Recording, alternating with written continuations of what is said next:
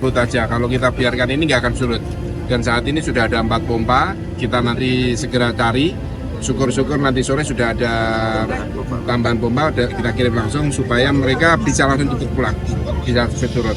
Memang pancaroba ini besar sekali ya dampaknya ke wilayah kita, terutama banjir, hujan yang terus menerus. Kalau di wilayah kita di Tuntang ya, kita sudah koordinasi dengan Kementerian PU terkait dengan pendangkalan sungai-sungai di tempat kita untuk segera kita lakukan penataan ulang. Kemarin sudah kita bentuk tim, bahkan dari BPD kita sudah ke sana, kemudian dinas sosial dan seluruh dinas keterkaitan. Tapi prinsip antara pemerintah pusat, PU kita dan kabupaten kita sudah berjalan sesuai mekanisme.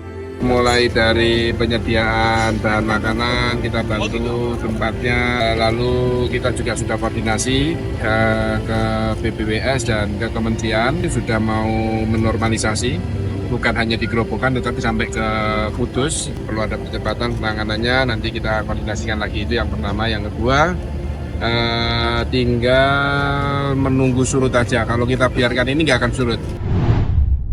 Ahmad Lutfi, Taj Yassin.